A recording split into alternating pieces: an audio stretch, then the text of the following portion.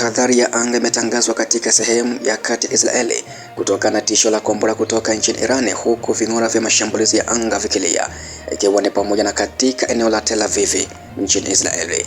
Muda mfupi kabla ya hili, jeshi la ulinzi la Israeli pia lilisema ya kwamba limegundua uzinduzi mpya wa kombora kutoka nchini Iran na kusababisha onyo la dharura kutumwa kwa simu za mkononi za wakazi katika maeneo hayo ya kati ya nchi hiyo ya Israeli. Hili lilitokea wakati waziri mkuu wa Israeli Benjamin Netanyahu alipokuwa akitoa hotuba yake kwenye mkutano wa kwanza na waandishi wa habari tangu kuanza kwa mzozo na Irani Februari 28. Matangazo ya moja kwa moja ya hotuba yake pia hayakukatizwa licha ya hatari ya kombora kutoka nchini Irani. Shambulio jipya la makombora kutoka Irani kuelekea Israeli wakati ambapo waziri mkuu Benjamin Netanyahu alikuwa akizungumza na waandishi wa habari linaashiria hatua mpya hatari katika mzozo wa kijeshi kati ya mataifa haya mawili, Iran na Israeli. Tukio hili linaibua maswali mazito kuhusu mkakati wa kijeshi wa Irani, uwezo wa ulinzi wa Israeli pamoja na athari za kisiasa na kisaikolojia ndani ya Israeli na katika ukanda mzima wa Mashariki ya Kati. Tukio hili linaonyesha wazi kwamba Iran inalenga kutuma ujumbe wa nguvu au uthubutu wa kisiasa, kurusha kombora wakati kiongozi mkuu wa Israeli anafanya mkutano wa moja kwa moja na vyombo vya habari, si tukio la kawaida. Kimsingi ni hatua ya kimkakati inayolenga kuonyesha kwamba Iran ina uwezo wa kushambulia wakati wowote na kwamba haiogopi majibu ya Israeli au washirika wake wa Magharibi. Kwa kufanya shambulio hilo wakati wa mkutano wa vyombo vya habari wa Netanyahu, Iran inalenga pia kuonyesha kwamba hata katika nyakati ambazo Israeli inajaribu kuonyesha udhibiti wa hali, bado iko katika hatari ya moja kwa moja ya mashambulizi.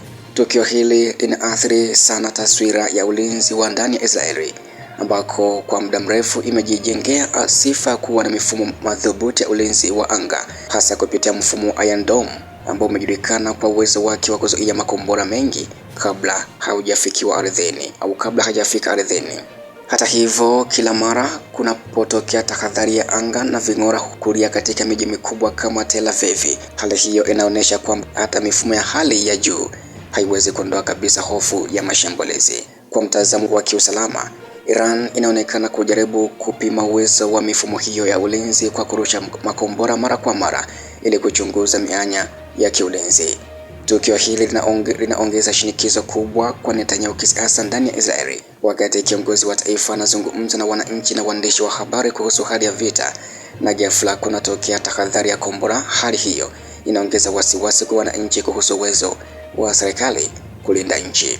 Na hii inaweza pia kuwa changamoto kwa Netanyahu kisiasa, kwa sababu wapinzani wake wanaweza kutimua matukio kama haya kuhoji ufanisi wa sera zake za usalama.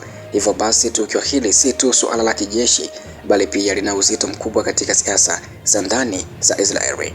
Tukio hili linaonyesha mabadiliko katika aina ya vita vinavyoendelea kati ya Iran na Israeli.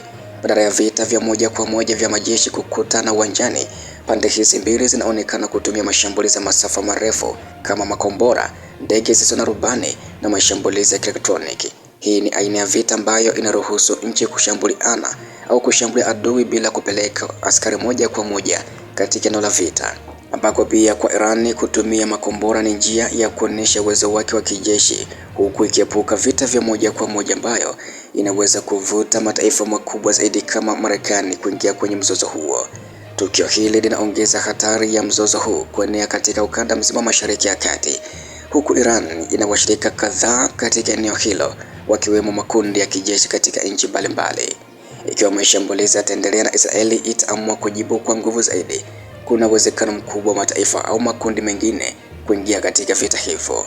Hali hiyo inaweza kubadilisha kabisa mizani ya usalama katika ukanda huo na kusababisha mzozo mkubwa zaidi ambao unaweza kuathiri hata uchumi wa dunia, hasa katika sekta ya mafuta. Tukio hili pia lina athari kubwa katika vita vya kisaikolojia. Katika vita vya kisasa, si lazima kushinda kwa nguvu ya kijeshi pekee, pia ni muhimu kuvunja morali ya upande wa pili. Tahadhari za mara kwa mara za anga, ving'ora kulia katika miji mikubwa na wananchi kulazimika kukimbilia kwenye mahandaki huleta hali ya hofu na msongo wa mawazo kwa raia.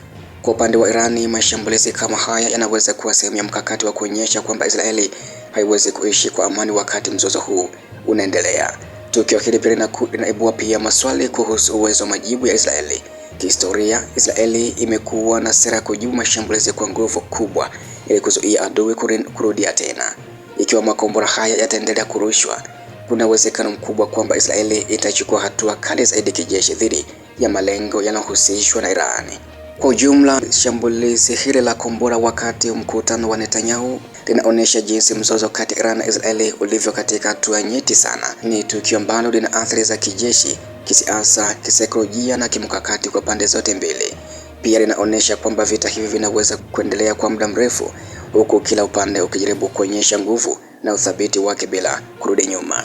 Iwapo hali hii itaendelea bila juhudi za kidiplomasia kupunguza mvutano, kuna hatari kubwa kwamba mashambulizi kama haya yataongezeka na hatimaye kusababisha vita vikubwa zaidi katika ukanda wa Mashariki ya Kati. Katika mazingira hayo, dunia nzima inaweza kuathiriwa kabisa kwa namna moja ama nyingine, iwe ni kupitia usalama wa kimataifa, uchumi wa dunia au ushawishi wa kisiasa katika ukanda huo muhimu.